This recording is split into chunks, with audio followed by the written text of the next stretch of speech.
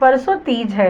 आज मेरे भाई और छोटी बहन चानू सिंधारा लाने वाले हैं, तो मैं सुबह से ही व्यस्त थी घर सजाने व खाना बनाने में।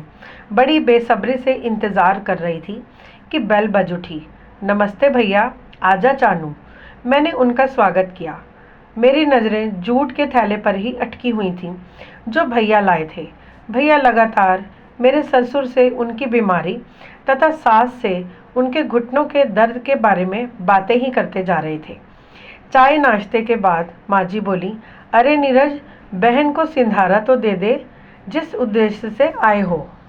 भैया ने सारा सामान थाली में सजा दिया और मैं उत्सुकतावश सारा सामान उठाकर कमरे में ले गई। खाने के बाद मैं मिठाई का डब्बा खोलने ही जा रही थी कि माँ जी ने मना कर दिया। कस्टर्ड है ना? उन दोनों के जाने के बाद मैं कमरे में आ गई। देखूं तो क्या क्या है। मेरे साथ ही माँ जी भी आईं। आशु वहाँ पहले से ही थे। मैंने जैसे ही साड़ी उठाई, माँ जी ने रोक दिया। बहू, ऐसे ही रहने दो, तुम कोई और अच्छी सी साड़ी पहन लेना।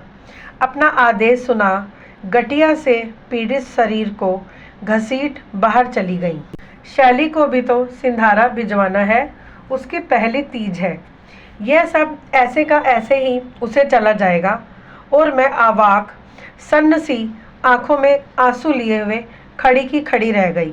तमतमाई हुई आंखें उठाईं तो आशु खड़े थे, यूं ही कुछ निरर्थक सा काम करते हुए। मैंने सारा सामान एक और पटका और धम्म से बिस्तर पर लेट गई। ये भी कोई तरीका है क्या? मेरे सिंधारे का इंतज़ार कर रही थी। बेटी उनकी है तो बनाए ना उसके लिए। और इन श्रवण कुमार जी को देखो, एक शब्द भी मुंह से नहीं निकला, जैसे जबान ही ना हो। मेरी भावनाओं का तो जरा भी ख्याल नहीं है। क्या मना नहीं कर सकते थे? मेरी आंख कब लग गई मुझे मालूम ही नहीं पड़ा। सामने आशु खड़े थे, चाय का प्याला लिए हुए। उन्होंने बिना एक शब्द बोले प्याला मेरी तरफ बढ़ा दिया।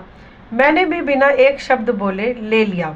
मेरे द्वारा फेंका हुआ सारा सामान एक और सजा कर रखा हुआ था।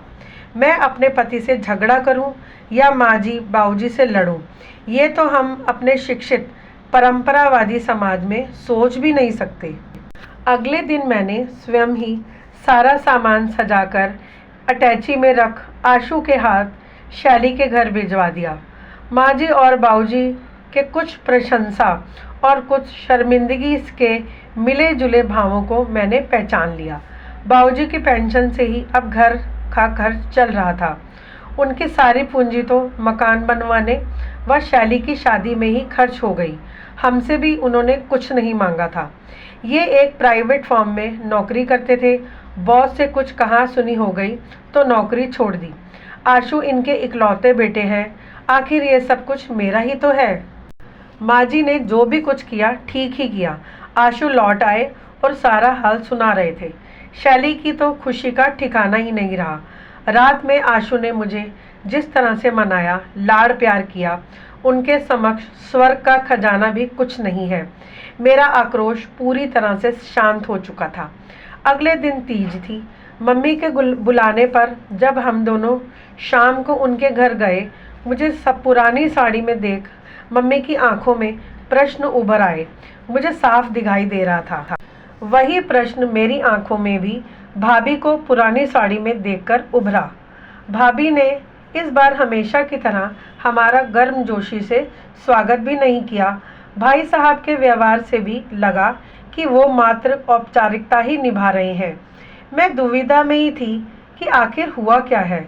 मेरी दुविधा दूर की चानू ने एकांत पाकर कहने लगी, दीदी, मम्मी ने जो सिंधारा आपको भेजा था वो भाभी के घर से आया था।